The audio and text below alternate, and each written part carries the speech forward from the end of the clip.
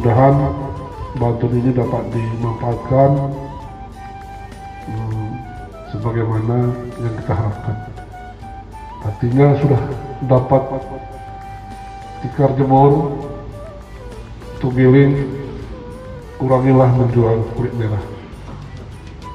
Dengan menggiling sendiri, mengumpulkan kulit merah sendiri, kalau kopinya sehat, kelolalah kulitnya juga untuk pupuk kopi itu sendiri. Tapi kalau kopi nak, jadi ini saudara, sekali lagi manfaatkan apa yang sudah diberikan kepada saudara. Mudah-mudahan COVID-19 pun berlalu dari dunia ini, perekonomian kita pun perlahan-lahan akan